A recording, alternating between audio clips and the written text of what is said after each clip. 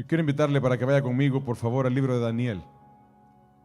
Daniel, libro del profeta Daniel. Daniel capítulo 3. Daniel capítulo 3. Daniel capítulo 3, versículo 1. Daniel capítulo 3. Antes de que leamos este texto, yo quiero compartirle un poco de contexto acerca de esta porción de la escritura que vamos a leer. El pueblo de Israel tuvo múltiples escenarios en su historia. Y uno de los escenarios más trágicos que tuvo el pueblo de Israel es que en diferentes ocasiones fue un pueblo desobediente a Dios, al Dios que le había provisto todo, al Dios que les había suplido todo, al Dios que les había amado con tanto amor. Una de las tragedias y de los escenarios más trágicos del pueblo de Israel en la historia ha sido y fue esos escenarios de desobediencia, de rebelión. Y lo que sucedió en múltiples ocasiones fue que el Señor, cansado de la desobediencia, porque enviaba profetas, levantaba hombres de Dios para anunciarle al pueblo su rebelión, su desobediencia, para llamarles al arrepentimiento, para volver a cautivar su mirada nuevamente hacia Él. Y a pesar de eso, el pueblo muchas veces persistía, permanecía en su desobediencia. Y en una de esas tantas ocasiones, el Señor anunció que si el pueblo de Israel no se volvía a Él, no volvía su mirada a Dios, el pueblo de Israel terminaría cautivo, tomado cautivo como esclavo y sometido a causa de su desobediencia. Imagínese el corazón de Dios al ver a un pueblo que Él amaba, que consideraba su pueblo. Imagínese Él mismo dando sentencia de castigo. Él mismo, no era Él que enviaba el castigo necesariamente, Él solamente daba una autorización. ¿Por qué? Porque al pueblo de Dios siempre le ha amenazado persecución. Al pueblo de Dios siempre le ha amenazado lucha, tribulación, amenazas. Eso es siempre al pueblo de Dios. Eso no es nuevo al pueblo del Señor, ni al cristiano de hoy que hemos alcanzado a conocer al Señor a través de Cristo, ni al pueblo de Israel del Antiguo Testamento, ni al pueblo israelita del día de hoy. La persecución, el ataque, la amenaza siempre ha sido el pan diario del pueblo de Dios. Siempre. El conflicto actual de Israel no es novedad. Eso no es nuevo. Está profetizado, está anunciado, pero sobre todo es el comportamiento diario que ha tenido el pueblo de Israel desde que el Señor prometió entregarles una tierra en promesa. ¿Sabía usted eso? Desde Génesis capítulo 12 hasta hoy, la tierra donde Israel habita es una tierra en disputa, es un terreno en disputa, es un terreno de conflicto, es un terreno donde siempre otras naciones de la tierra, porque le pertenecía a otros pueblos antes de que el Señor lo entregara a Israel. Y entonces hoy hay un conflicto eterno que no termina, no para. ¿Por qué? Porque ¿será que ahora Israel es el que ataca o Israel es el que se defiende? Pues al final de cuentas siempre ha sido un poco de las dos. Porque cuando el Señor les entregó la tierra, los entregó a punta de batalla. Se los entregó peleando. El Señor entregó la tierra prometida al pueblo de Israel luchando por ella. Obviamente el Señor daba la victoria. Él mismo derrotaba a los ejércitos para entregarle la tierra que Él había prometido a su pueblo. Y después de que Israel tomó posesión de la tierra, todo el tiempo, desde el libro de Josué en adelante hasta el día de hoy, es una tierra en conflicto.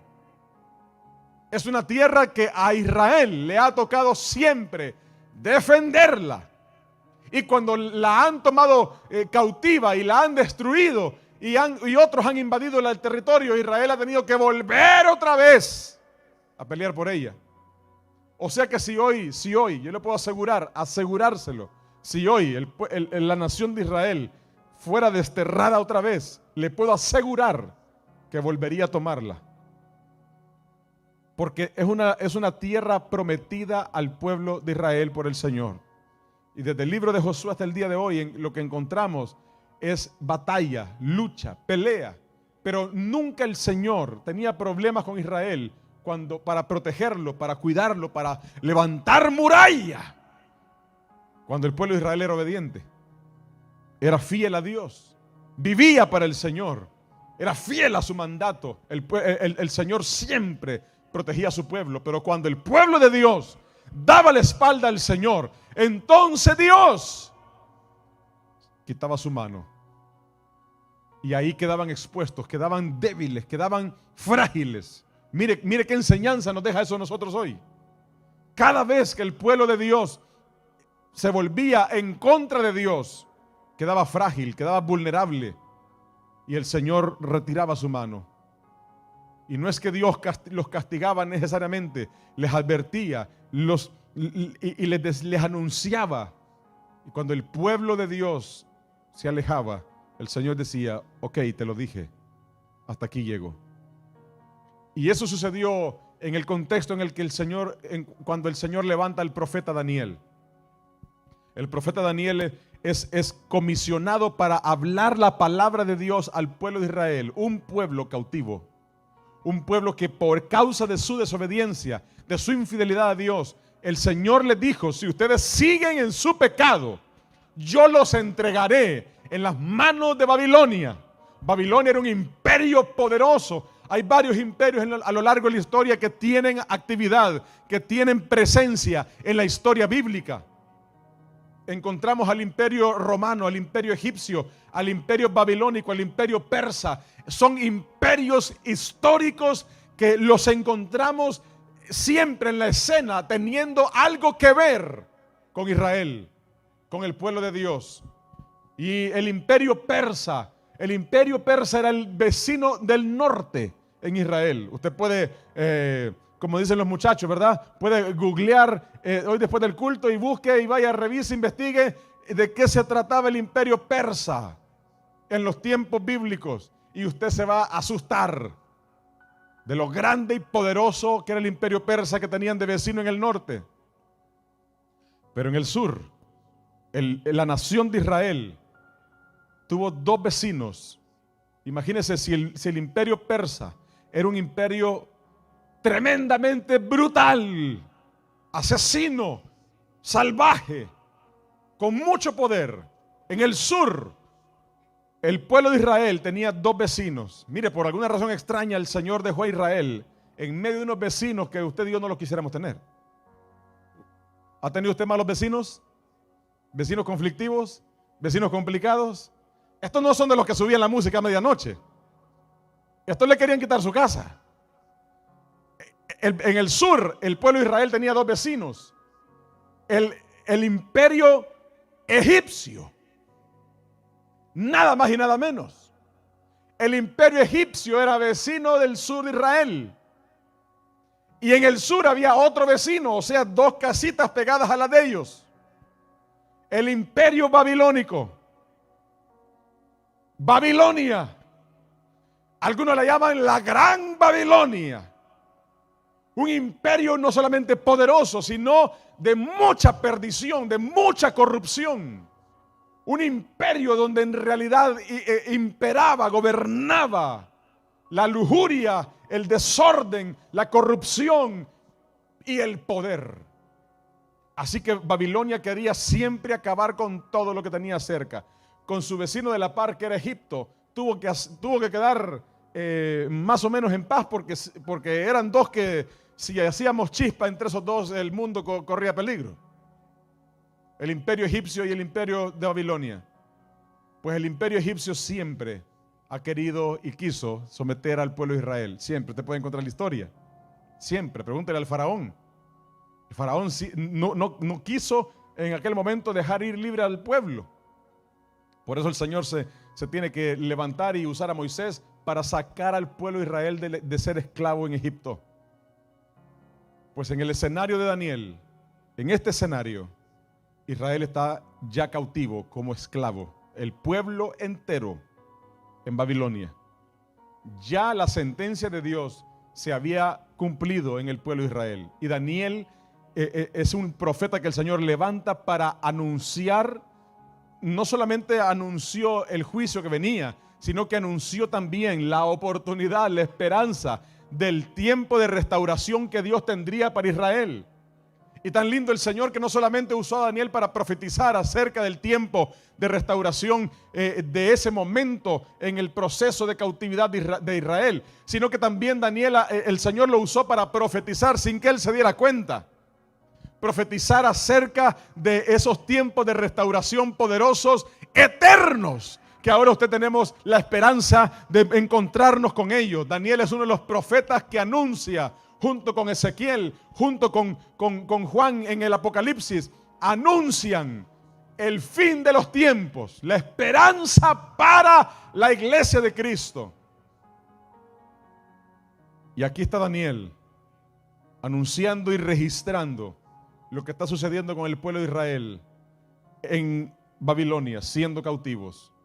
Y en la cautividad en Babilonia, ponga atención a esto, porque en medio de toda crisis, en medio de toda situación adversa, el Señor siempre levantará a su pueblo. El Señor siempre levantará a sus hijos. ¿Está conmigo o no está conmigo? En medio de aunque usted no lo crea hoy, o no lo vea hoy, o no lo viva hoy, pero en medio de toda adversidad, en medio de toda crisis, en medio de toda situación compleja alrededor suyo, el Señor siempre levantará a sus hijos, siempre levantará a su pueblo, siempre tendrá cuidado de aquellos que le aman, siempre tendrá cuidado de aquellos que levantan el nombre de Dios en alto. El Señor nunca desampara a su pueblo. Nunca. Y la Biblia dice, usted lo puede leer en su casa tranquilamente, todo el libro de Daniel, pero en el inicio del libro de Daniel nos explica la palabra del Señor cómo en la cautividad, siendo esclavos en Babilonia, ahí presos en Babilonia, trabajaban no para ganar un salario, trabajaban para conseguir su plato de comida por su trabajo, pero no como pago, sino porque ahora Babilonia eran dueños del pueblo de Israel. Eran dueños de la gente, eran esclavos. De eso se trata la esclavitud. Y el pueblo de Israel era esclavo, un pueblo que había visto la gloria de Dios, un pueblo que había visto las maravillas del Señor. Ahora estaban pasando uno de los procesos de vida más difíciles que alguien podía experimentar: vivir esclavo. Y de ahí el Señor, mire qué lindo el Señor, que en medio de toda crisis, en medio de toda circunstancia adversa, el Señor siempre pone los focos sobre aquellos que le honran.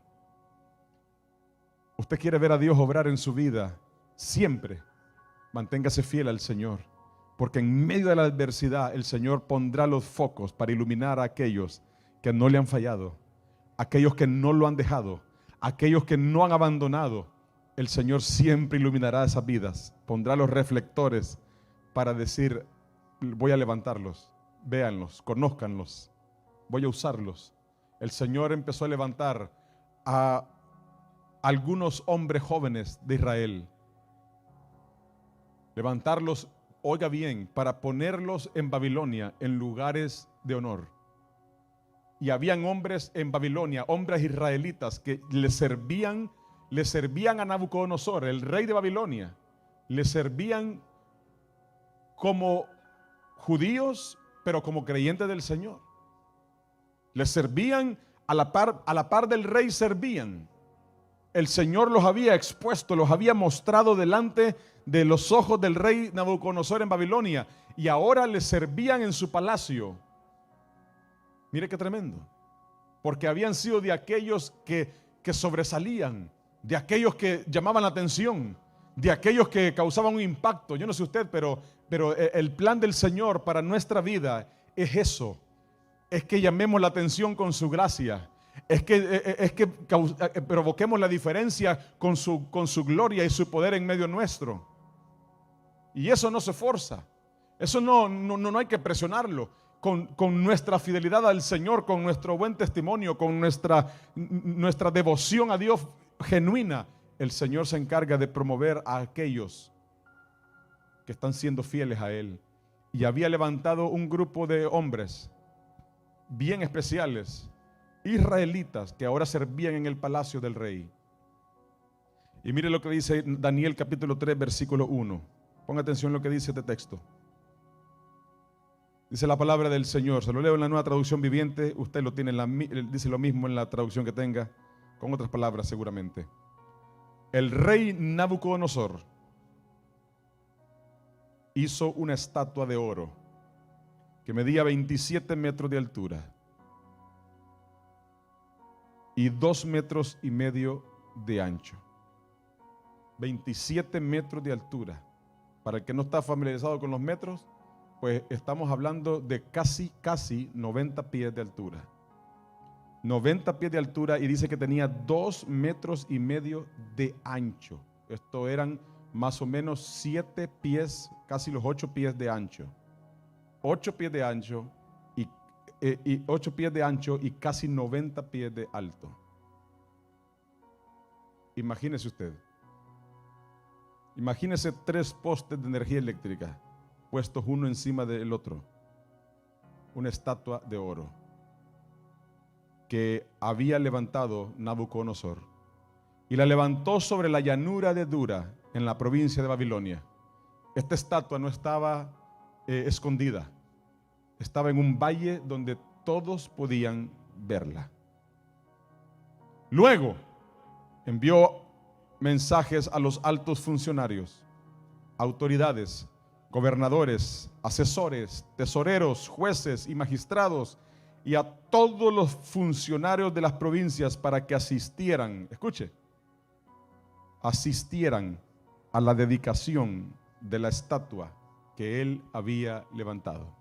Mire, esto no es nuevo, que los gobernantes le exijan a sus correligionarios para que vayan a sus actividades y cuando van a inaugurar el puente tienen a todos los funcionarios públicos ahí listos para cortar la cinta y todos celebrando y para la foto, y salen en las noticias y dice uno, wow, cómo se alegró la gente que inauguraran el puente. Eran todos los empleados del municipio.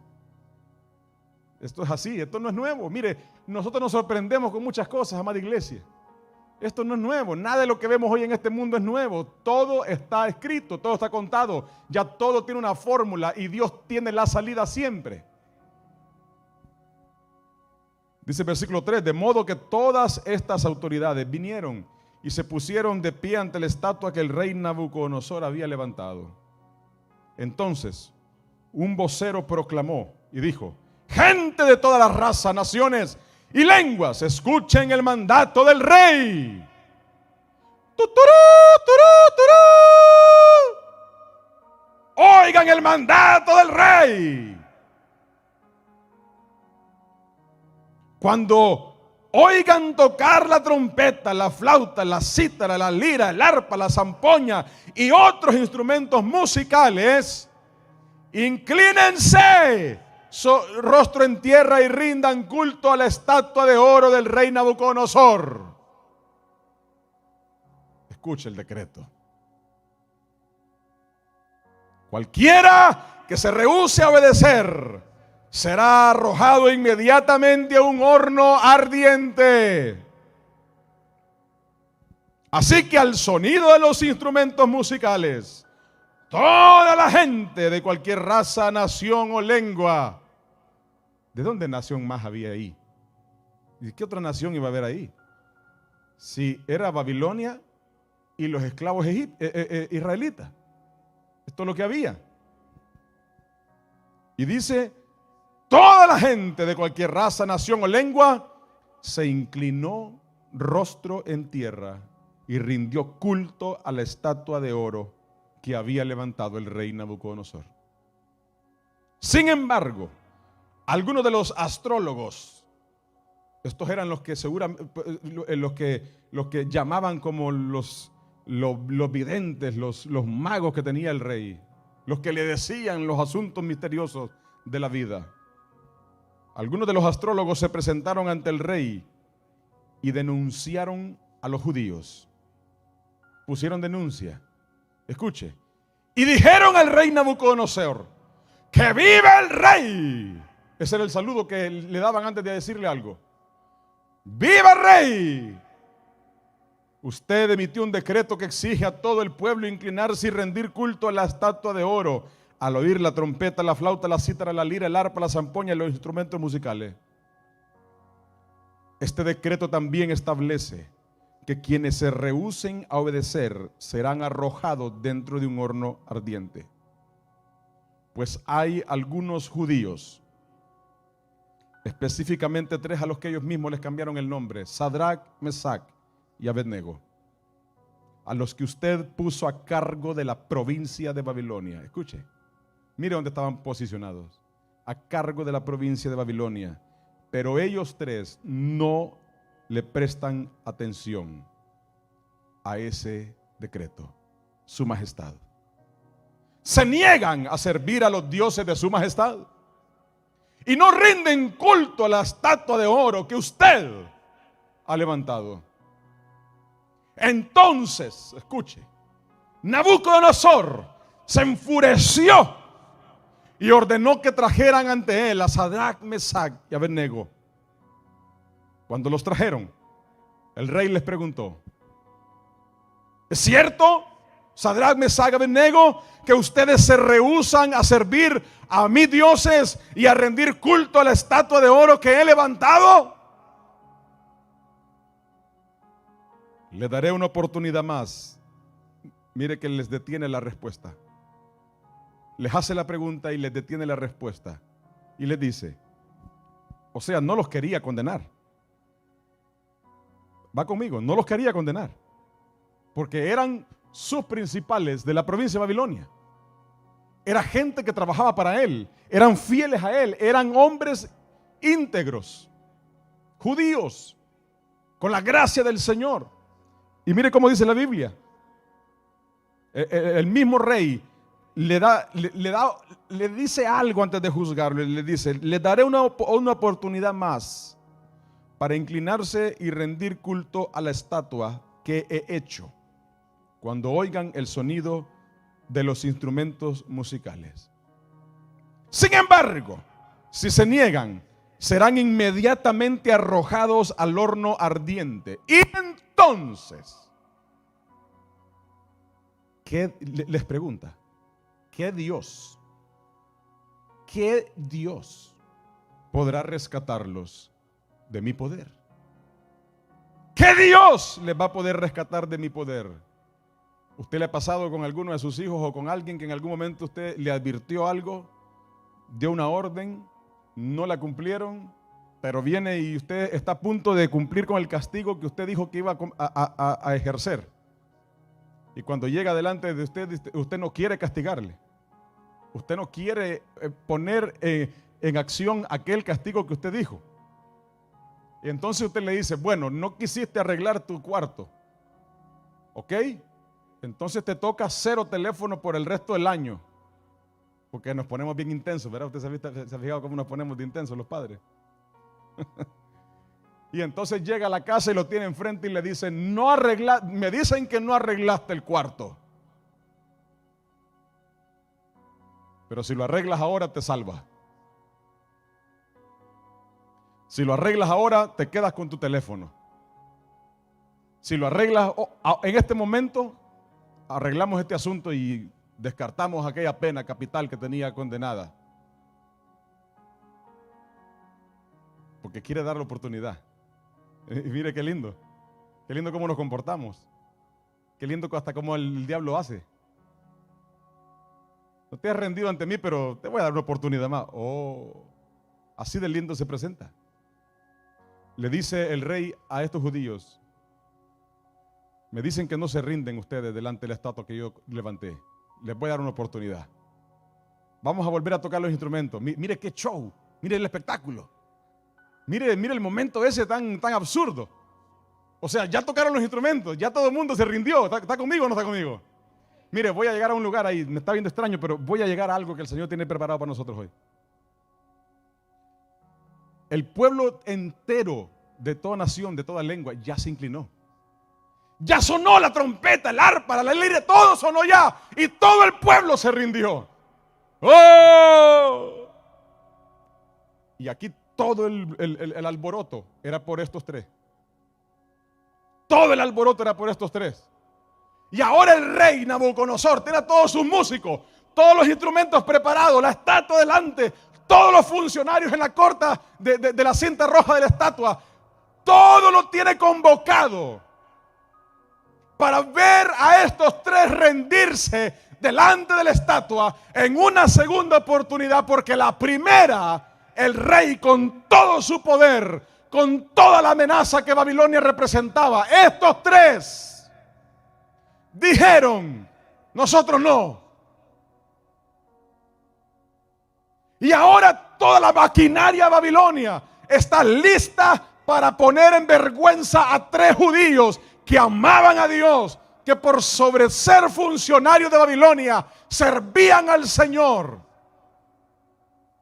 Y ahora está el rey con la amenaza puesta delante, esperando ver cómo estos tres inclinan su cabeza y rinden honores a una estatua de oro, un dios pagano, un ídolo que Nabucodonosor había levantado para que el pueblo lo adorase. Y les da la oportunidad y les dice: ahora mismo vamos a sonar los instrumentos y vamos a ver cómo ustedes actúan. Sadrac, Mesach y Abednego contestaron. Dice el versículo 16: oh Nabucodonosor, no necesitamos defendernos delante de usted. Si nos arrojan al horno ardiente, el Dios a quien servimos es capaz de salvarnos. Él nos rescatará de su poder, su majestad.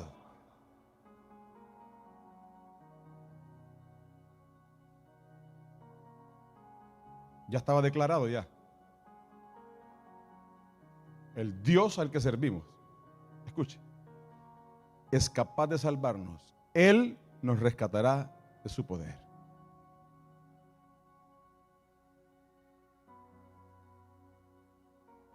¿Cuántos de nosotros deberíamos imitar esta lección y tomar para nuestra vida esta gran enseñanza?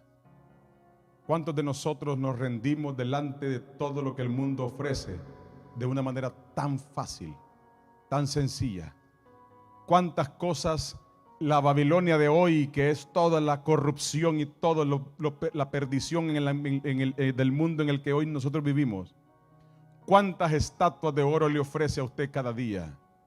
¿Cuántas cosas le ofrece todos los días para que usted se incline, se rinda, le rinda honor, devoción a lo que el mundo ofrece para que cautive su mente y su corazón?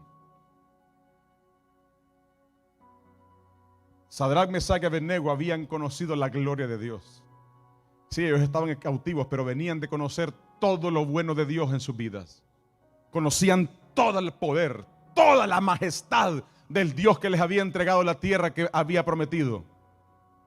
Y por eso estaban completamente convencidos que la misma gloria de ayer, el mismo poder de ayer, la misma majestad de ayer, hoy también los iba a rescatar. ¿Cuántos de nosotros hemos visto la gloria de Dios ayer, el poder de Dios ayer, que hoy verdaderamente con convicción podríamos decir: yo sé que el mismo Dios de ayer me va a sacar adelante hoy? ¿Cuántos de nosotros podríamos decir: yo sé que el mismo Dios que sanó ayer, hoy también me sanará? ¿Cuántos podríamos decirlo con un corazón lleno de gratitud, de alegría, de convicción? Pues así estaban estos judíos. Pero Sadrac, Mesach y Abednego a nosotros nos levantan la vara mucho más alto. La ponen mucho, porque hasta ahí Hasta ahí usted y yo lo podemos decir. Mire cuántos de nosotros nos alegramos ahora mismo y dimos palmas y dijimos gloria a Dios y amén. ¿Cuántos de nosotros podemos declarar que el poder de ayer, hoy podemos decir, Señor, si lo hiciste ayer, yo sé que lo harás hoy? Pues Sadrach, Mesach y Abednego suben la vara. La ponen mucho más arriba, muy alta. Muy alta. La vara para medirnos a nosotros. La vara con la que usted y yo vamos a ser medidos hoy. Y Sadrach, Mesach y Abednego le dicen al rey Nabucodonosor, teniéndolo de frente. Mire cuán de frente. De frente. De frente. Aquí no había cobardía, no había redes sociales para esconderse detrás de un perfil y tirar indirectas. De frente, cara a cara. Tienen al rey de Babilonia.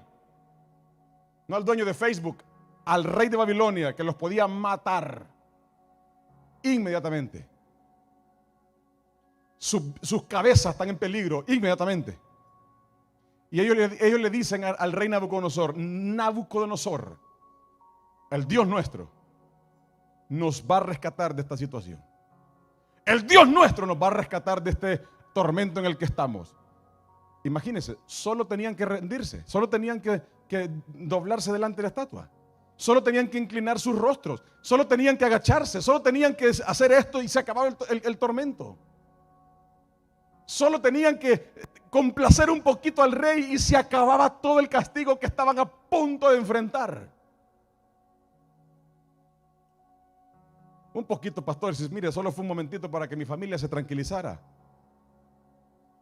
Solo tenían que rendirse un poquito. Solo escuchaba, a ver, suenen los instrumentos, suénenlos. Y al pararse, seguían en sus cargos de funcionarios en Babilonia. Solo eso tenían que hacer. Es lo único que tenían que hacer. No tenían que hacer una gran cosa. No tenían que entregar sus cuerpos, tenían que caminar 20,000 millas. Solo tenían que inclinar su cuerpo, su rostro, en señal de adoración a un Dios que no era el de ellos. Y se acababa todo el problema. Sadrach, Mesach y Abednego le dicen al rey, el Dios nuestro nos va a rescatar de esto. Nos va a rescatar de ti, del decreto, de los que me acusan y del horno. Nos va a rescatar. Y ahora ponen la vara alta y la tiran hacia arriba. Y dice el versículo 18, pero, amada iglesia, este es el pero que usted y yo hoy en el 2024 tenemos que aprender a vivir. Pero, aunque el Dios que me ha mostrado su gloria ayer, aunque el Dios que me ha mostrado su poder ayer, aunque el Dios que se ha glorificado en mi vida, en mi familia, en mi casa ayer, aunque ese Dios que he visto obrar milagrosamente ayer no lo hiciera hoy, ahí la vara se subió. Ahí la vara se subió. Ahí esta historia no es para cualquiera. Ahí ya las cosas se salieron de control del rey Nabucodonosor. Porque tenía todo bajo control. Tenía todo calculado para que su gloria fuera levantada en Babilonia. No contaba con estos tres, que delante de todos los demás estaban locos de remate como nos ven a nosotros hoy. Que dicen, el Dios nuestro nos puede rescatar, pero aunque no lo haga, aunque como Él es Dios, como Él es el jefe, como Él es el que manda, como Él es el que decide, como los decretos son de Él, como las declaraciones son de Él, como la palabra de Él, y si algún día Él decide que no lo hace, si no lo hiciera,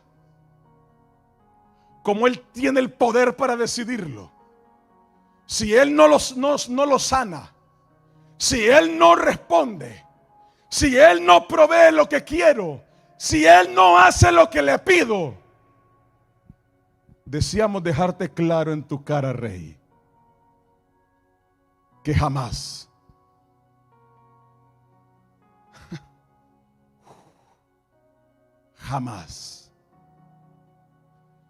la presión que el mundo me quiera poner, la presión que el círculo social que está alrededor mío me quiera poner, la presión que mi familia me quiera poner, pastores, que el TikTok es tentador, la presión que las redes sociales me quieran poner, jamás serviremos a sus dioses, ni rendiremos culto a la estatua de oro que usted ha levantado.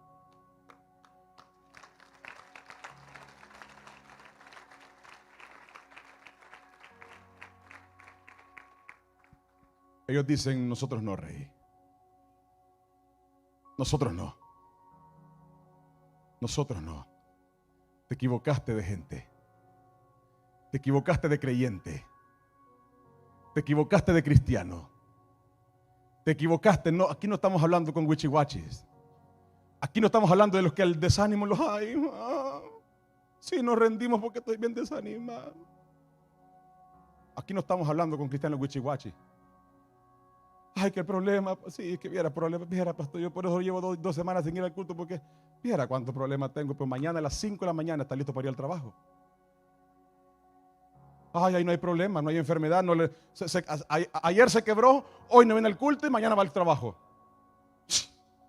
¿Qué es eso? ¿A qué estatua se está rindiendo? ¿A qué estatua se rinde? Sadrach, Mesach y Abednego dijeron, nosotros no. No.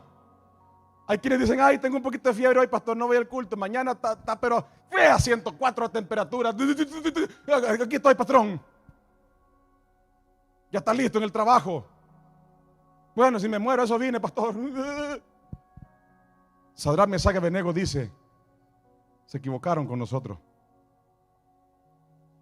Se equivocaron.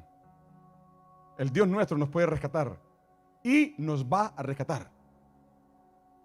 Pero como Él es Dios, por encima de tu Dios, por encima de tus dioses, por encima de todas tus locuras, por encima de todos tus ataques, tus argumentos y tus persecuciones, como Él es Dios por encima de nosotros, y Él puede decidir no rescatarnos,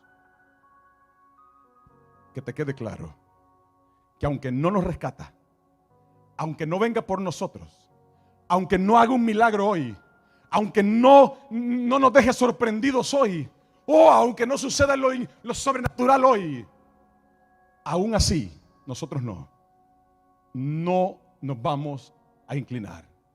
No nos vamos a rendir a tu Dios. No nos vamos a rendir a tus presiones y tus ataques y tus persecuciones. Nosotros no. Amada iglesia, es fácil confiar en el Señor.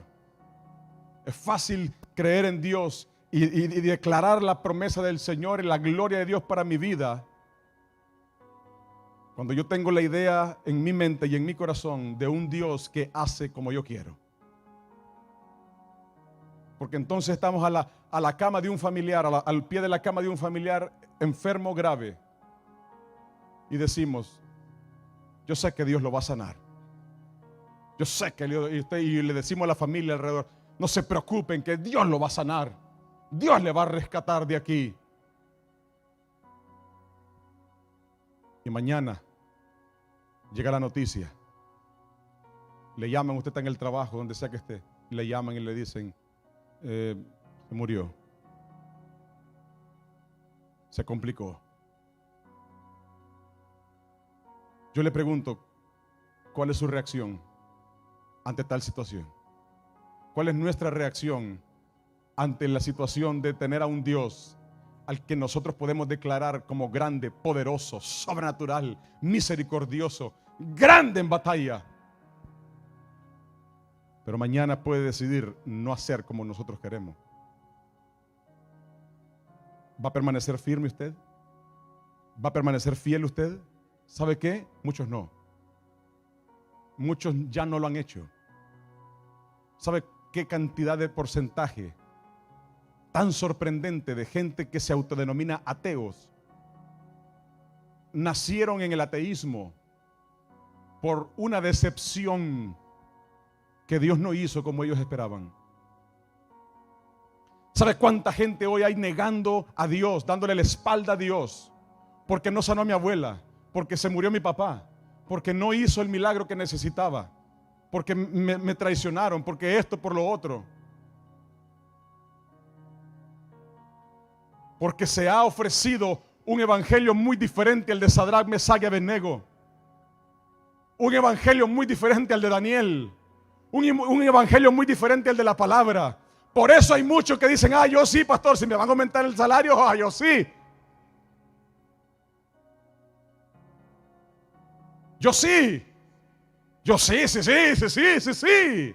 Y fácil se rinden ante cualquier situación, presión del mundo en el que vivimos. Sí, vivimos en un mundo corrupto, vivimos en un mundo de pecado, pecaminoso, en un mundo de tentación, en un mundo de ofertas sexuales, en un mundo de perversión, en un mundo de maldad, de robo, de lujuria. Vivimos en un mundo como el de Babilonia.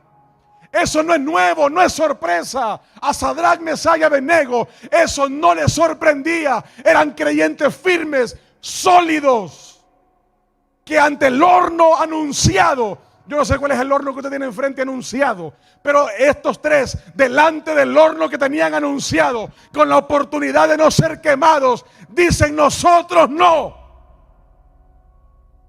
Hagan lo que quieran con nosotros. Dios me puede rescatar, y si no me rescatan, no importa. El Señor, amada iglesia, está anhelando un ejército de cristianos que se levantan firmes y dicen al Señor: no importa, lo hagas o no lo hagas. Yo me paro en la brecha, yo peleo la batalla, yo hago tu voluntad, yo vivo en santidad. Hagas el milagro, no hagas el milagro. Deje ya los chantajes a Dios, deje ya las presiones de torcer el brazo de Dios.